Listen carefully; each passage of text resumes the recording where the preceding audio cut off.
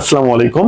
তোমরা যারা প্রথমবারে কোনো জায়গায় চান্স পাও নাই, অথবা অল্পের জন্য চান্স মিস করেছো, অথবা অনেক দূরে পজিশন ছিল যার কারণে ভালো কোনো সাবজেক্ট তোমরা পাও নাই বা কোনো সাবজেক্টই পাও নাই, তোমাদের জন্য আজকে আমরা কিছু কথা বলবো। এই বিষয়গুলো আসলে জানা প্রয়োজন।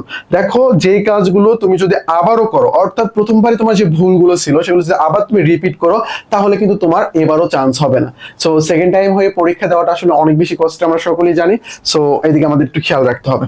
তো এখানে আমরা কিছু গুরুত্বপূর্ণ কথা লিখে রাখছি, এগুলো আমরা একটু দেখবো, চলো।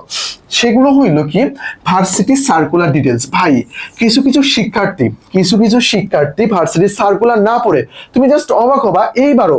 মানে আমরা এত এত বেশি ভিডিও দিচ্ছি এটা নিয়ে, প্রত্যেকটা যেগুলো শিক্ষামূলক চ্যানেল রয়েছে, এটা প্ল্যাটফর্ম, তারা রেগুলার ভিডিও দিচ্ছে এগুলোর উপর। তারপরেও কিছু কিছু শিক্ষার্থী কি করেছে জানো, ছবিতে ছবিতে তারা বি তে আবেদন করেছে, ডি তে করে নাই। বলছে বি মানবিকের জন্য, ডি তো এখানে সবাই থাকবে, কেমনে কি? ভাই, তোমার কে বলছে এগুলো?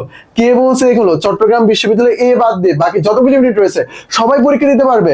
বি তে কোনো আলাদা করে সিটই দেওয়া নাই, এখানে যে সামনে সেই সিট পাবে। যদি সবাই সায়েন্সের সামনে থাকে তবে সবাই সায়েন্সের সিট পাবে। এখানে জাস্ট আই আর একটু ডিফারেন্ট রয়েছে। তো আই আর মেবি এটা চেঞ্জ করে দিয়েছে।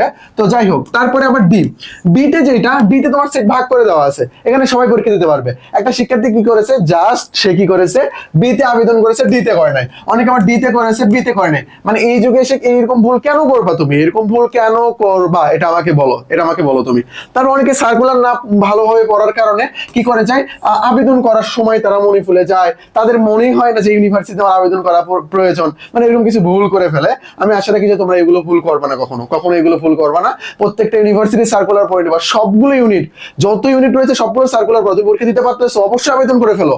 পরীক্ষা দাও বা না দাও পরের কথা, আবেদন সবগুলোতেই করবা, আবেদন সবগুলোতেই করবা। ওখানকার কি কি সাবজেক্ট, কি কি টপিকস পড়তে হবে সেই অনুযায়ী পড়াশোনা করবা। ওকে। তারপরে অ্যানালাইসিস বা টপিক সিলেকশন, গদবাঁধা পড়াশোনা না ভাই। ইউনিভার্সিটি অ্যাডমিশনের একটা সিলেবাস রয়েছে বা টপিক সিলেকশন রয়েছে, এটা তুমি যদি করতে পারো তাহলে তুমি একেবারে 80% কোশ্চেন ইনশাআল্লাহ এগুলো থেকে কমন পাবা, আর বাকি 20% তুমি ছেড়ে দেবা। টিচার যেখান থেকে সেখান থেকে কোশ্চেন করতে পারে, বাট রিপিট কোশ্চেন তুমি 60 থেকে 80% শিওরলি পাবা। রিপিট কোশ্চেন, যে এই জায়গা থেকে কোশ্চেন করা হচ্ছে, এই জায়গা থেকে কোশ্চেন করা হচ্ছে, বারবার এগুলো থেকে কোশ্চেন করা হচ্ছে এবং এগুলো থেকে করা হবে। কারণ এই সিলেকশনটা তুমি কিভাবে করতে পারো ভাই, তুমি যে ইউনিভার্সিটিগুলোতে পরীক্ষা দিবা সেগুলোর বিগত 10 বছর কোশ্চেন নিয়ে তুমি একটা অ্যানালাইসিস করো। কোন জায়গা থেকে কোশ্চেন আসছে, আমি কি টপিকসগুলো পারি, কোনটা পারি কোনটা পারি না, কোনটা একেবারেই পারি না, কোনটা একটু কম পারি, এগুলো তুমি সিলেকশন করে তুমি নিজের মতো করে পড়াশোনা করো এগুলোর উপর। এটা তোমার জন্য ইম্পর্টেন্ট। তারপরে ম্যারাথন স্টাইল, ম্যারাথন স্টাইল, তুমি ধরো পড়াশোনা করছো, এই ক্ষেত্রে তুমি কি করবা, আজকে পড়াশোনা করেছো, 3 দিন পরে সেই পড়াশোনাগুলো আবার রিভিশন দিবা চতুর্থ দিনে।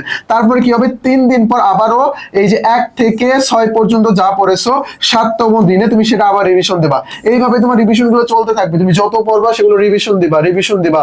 একসাথে অনেকগুলো পড়া ট্রাই করবে, একেবারে ম্যারাথন টাইপ আর কি, যেরকম ইউনিভার্সিটি অ্যাডমিশনের সময় আমরা তোমাদের ম্যারাথন ক্লাস নিয়ে থাকি, ঠিক এইরকম। তারপরে মেন্টরশিপ ভাই, একটা মেন্টরশিপ তোমার জন্য অনেক অনেক বেশি ইম্পর্টেন্ট। তুমি তোমার পড়াশোনাটা কনসিস্টেন্সি ধরে রেখে রেগুলারিটি মেনটেন করে পড়তে পারবা না, অনেক সময় ঝামেলার মধ্যে পড়ে যাও। আর তুমি যদি কোনো একটা মেন্টরশিপের আন্ডারে থাকো তাহলে কিন্তু তুমি ইজিলি এই পড়াগুলো কভার করতে পারবা, এবং তোমার ওই মেন্টর বলবে যে এখন তোমাকে কি করতে হবে, এখন কয় ঘন্টা পড়তে হবে, কোন বিষয়গুলো পড়তে হবে, কখন কোশ্চেন ব্যাংক পড়তে হবে, কখন টপিকস পড়তে হবে, কখন এমসিকিউ বিশ্লেষণ করে পড়তে হবে, সবগুলো তোমাকে জানিয়ে দেবে। এক্সাম এন্ড কম্পিটিশন, আমি বলবো এমন একটা এডটেক প্ল্যাটফর্মে ভর্তি হবা যেখানে রেগুলার পরীক্ষা হয়, রেগুলার মেমোরাইজিং টেস্ট হচ্ছে, রেগুলার তোমার ক্লাস টেস্ট হচ্ছে, এইরকম জায়গাগুলোতে ভর্তি হয়ে যাবা। তাহলে তোমার কি হবে, তাহলে তুমি পরীক্ষার মাধ্যমে তোমার নিজের সম্পর্কে জানতে পারবা। আজকে তোমার পজিশন তোমার 60, কালকে তোমার পজিশন যেন 50, এরকম করে আগাতে থাকো সামনের দিকে। তখন তুমি বুঝতে পারবা ভাই, প্রতিযোগিতা কখনোই অন্যের সাথে না, প্রতিযোগিতাও হইলো আমার নিজের সাথে। আমি গতদিন কতটুকু ছিলাম, আজকে আমি কতটুকু পারতেছি, এই বিষয়গুলো তুমি যদি মেনটেন করতে পারো তাহলে ইনশাআল্লাহ ভালো কিছু করতে পারবা। তো এখানে যে বিষয়গুলো লেখা ছিল এই বিষয়গুলো তুমি যদি ফলো করে নেক্সট প্রিপারেশন নিতে পারো, ইনশাআল্লাহ অবশ্যই তুমি ভালো কিছু করতে পারবা। বুঝতে পেরেছো? টপ লেভেল ইউনিভার্সিটিগুলোতে চান্স পাবা। তো দেখো, তোমাকে কি কি করা প্রয়োজন, কি করা প্রয়োজন না, এই বিষয়গুলো আমি একটু তোমাকে বললাম।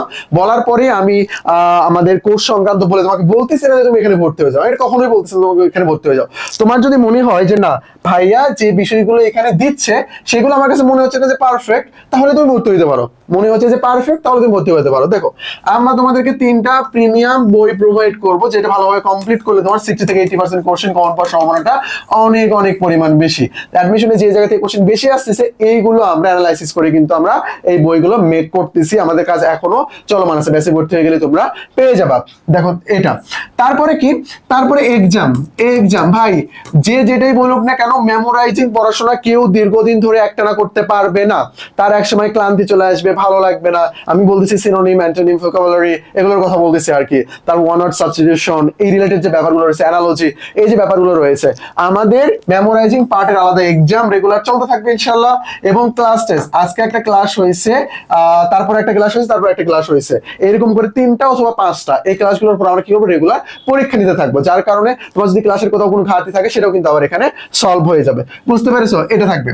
তারপরে কোর্সের জন্য তোমার যা যা প্রয়োজন, বাংলা, ইংলিশ জিকে, মৌলিক জিকে, আইসিটি, ইকোনমিক্স, আরো কি আছে, জেনারেল ম্যাথ, সবগুলোর উপর ক্লাস নেওয়া হবে। সবগুলোর উপর ক্লাস হবে, যা যা প্রয়োজন সবগুলোর উপর তোমাদের ক্লাস নেওয়া হবে। বুঝতে পেরেছো? আর ক্লাসগুলো তো অবশ্যই রেকর্ড থাকবে, এটা তোমরা সকলে জানো, এটা বলার প্রয়োজন নাই। আর এই কোর্সে ভর্তি হলে সর্বোচ্চ যে সুযোগ সুবিধা পাবা, সেটা কি, সেটা হলো অ্যাডমিশনের শেষ পর্যন্ত আমাদের সাথে থাকতে পারবা।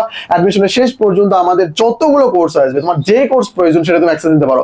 তুমি সেকেন্ড টাইম প্রিপারেশন নেওয়া শুরু করছো, তোমার মনে হচ্ছে না আমি রাবি স্টাইলে পড়তে চাই, ওকে রাবি, চবি স্টাইলে পড়তে, ওকে চবি, জাবি স্টাইলে পড়তে, ওকে জাবি, বিউপি, ওকে বিউপি, কোনো সমস্যা নাই। সবগুলোতে তোমরা ফ্রি অ্যাক্সেস পেয়ে যাবা। যে ইউনিভার্সিটির জন্য যে ক্লাস প্রয়োজন, আমরা তোমাদেরকে সেটা প্রোভাইড করবো এখানে। আশা করি বিষয়টা ক্লিয়ার। ওকে, তো আমাদের টেলিগ্রাম নাম্বারটা দেখাই তোমাদেরকে একটু। ওকে ওকে, এটা যাক। তারপর এই যে আমাদের টেলিগ্রাম নাম্বার, এই যে টেলিগ্রাম নাম্বারটা রয়েছে, এই নাম্বারে নক দিয়ে আমাদের থেকে 10টা ফ্রি বেসিক ক্লাস নিবা।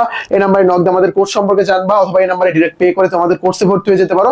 যে কোনো কিছু আমি বলবো আগে যে তুমি অবশ্যই জেনে শুনে ভর্তি হবা। ভাই আমি একটা জায়গাতে ভর্তি হবো, এখানকার মেন্টরিং সুযোগ সুবিধা কিরকম, আমি এমসিকিউ পাচ্ছি না, আমার মেন্টর কি সাহায্য করবে না, কি করবে না? অবশ্যই করবো কিন্তু আমরা। তো এই যে প্রবলেম গুলো রয়েছে, পরীক্ষা দিতে পারবো কিনা, বই পাবো কিনা, এগুলো সব জানবা। অবশ্যই তুমি জানবা, জেনে তারপরে ভর্তি হবা। পরীক্ষা আমরা কিভাবে দিচ্ছি, পরীক্ষার লিঙ্ক গুলো তুমি নাও, নিয়ে পরীক্ষা দাও। এইভাবে তুমি আমাদের এই কাজগুলো করতে পারো। ওকে, এই যে আমাদের টেলিগ্রাম নাম্বার, অ্যাডমিশন সংক্রান্ত যে কোনো প্রবলেম আমাদেরকে নক দেবা, আমরা সেটা সলভ করে দেবো। তো আজকে পর্যন্তই। আসসালামু আলাইকুম।